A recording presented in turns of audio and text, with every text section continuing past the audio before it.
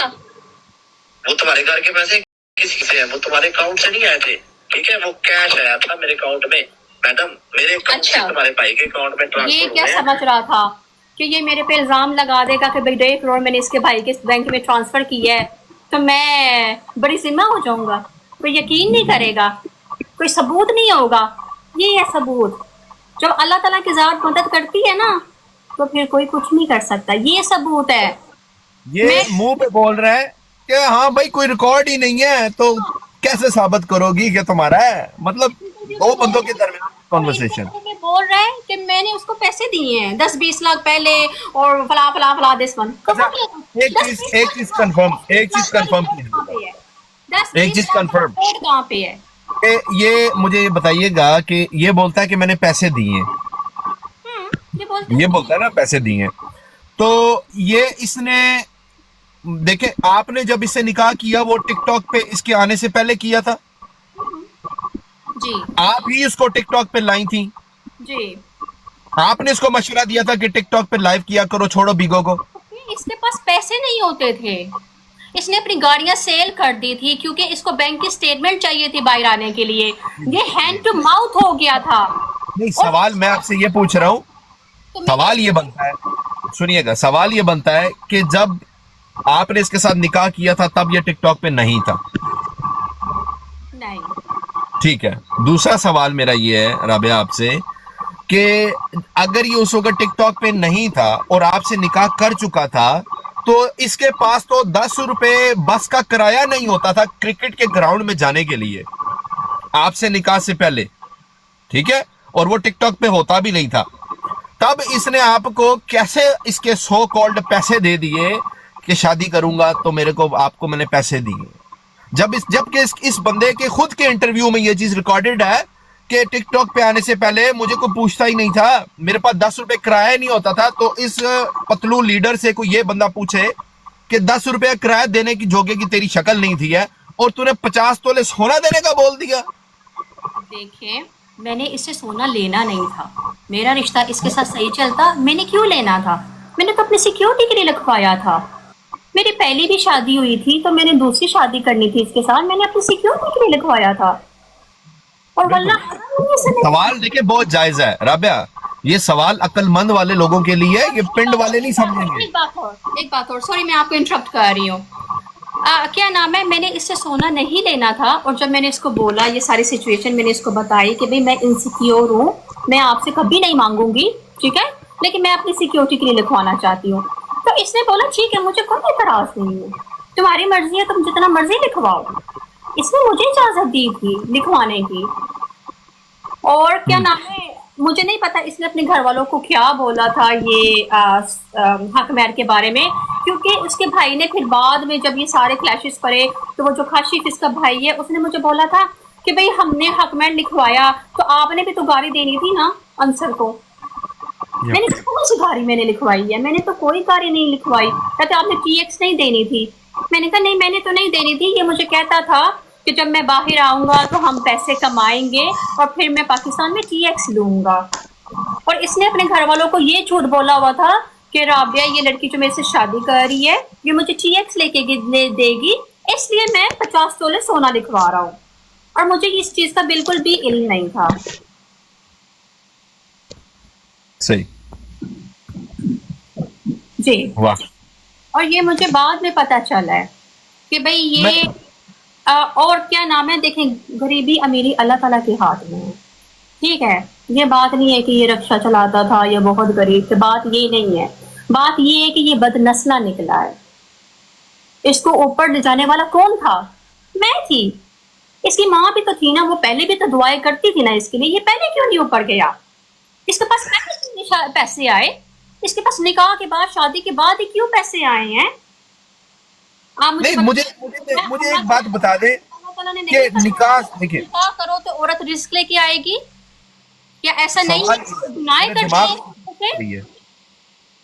मेरे दिमाग में चीज चुभ रही है कि आपकी अगर शादी हुई टिकटॉक पे आने से पहले, और इसका मतलब है शादी से पहले आपने डिसाइड किया था कि आप इसको पैसे देंगे राबिया को, तो आपकी तो औकात उस वक्त 10 रुपए किराए की नहीं थी, तो आपने पैसे वाली बात कैसे कर दी? कहां से दे दिया?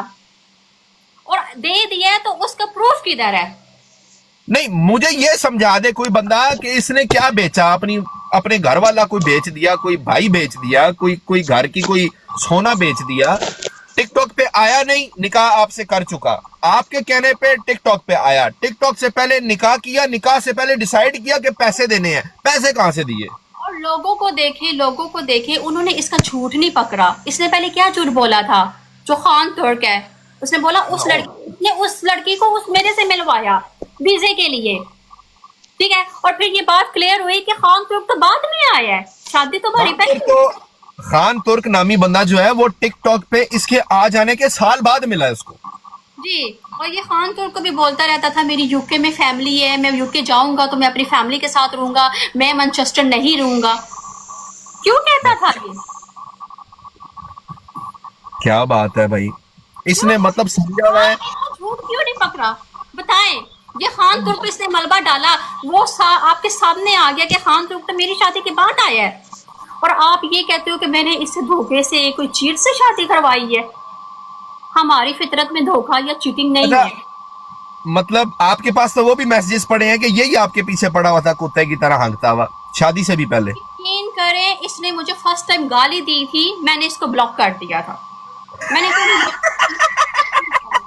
آپ یقین کریں یہ صبح ہوتے ہی بشارت کے نمبر سے اس نے مجھے فون کیا اور میرے ترلے ڈالے، مجھے معاف کر دو، میں تمہیں نیکسٹ ٹائم کبھی گالی نہیں دوں گا، رسپیکٹ کروں گا. میں نے اس کو یہ شروع سے ہی بولا تھا کہ مجھے رسپیکٹ کرنی ہے اونلی، مجھے کچھ نہیں چاہیے، مجھے پیسے کی لالچ نہیں ہے، میں وہ لڑکی نہیں ہوں جو پیسوں کے پیچھے پیچھے بھاگتی ہوں. مجھے میرے گھر کا سکون چاہیے، اپنے شوہر کا ساتھ چاہیے، اس کا پیار چاہیے، اس کا وقت چاہیے.